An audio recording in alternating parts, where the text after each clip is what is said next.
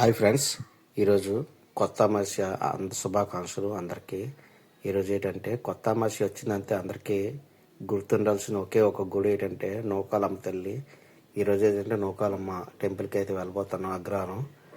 మా అబ్బాయి ఎప్పుడు వచ్చినా సరే ఒక బాల్ అయితే కొంటాడు. ఎక్కడికి వెళ్ళా సరే మా వాడికి అయితే బాల్ అయితే కన్ఫామ్గా ఉండాల్సిందే. గుడి అయితే చాలా బాగుందండి. ఇది నేను చిన్నప్పటి నుండి మా నాన్న తీసుకొస్తున్నాడు, ఇప్పుడు నేను నా కొడుకుని తీసుకొస్తున్నాను అన్నమాట. గుడి అయితే అప్పటికి ఇప్పటికీ మారలేదు. నా చిన్నప్పుడు ఎలాగుందో ఇప్పుడు కూడా అలాగే ఉంది. చాలా బాగుందండి. మా అబ్బాయి అయితే నేను కూడా అందరం కూడా ఒక్కొక్కరు ఒక ఐస్ పొల్లట్టుకొని తినుకుంటూ వస్తాను.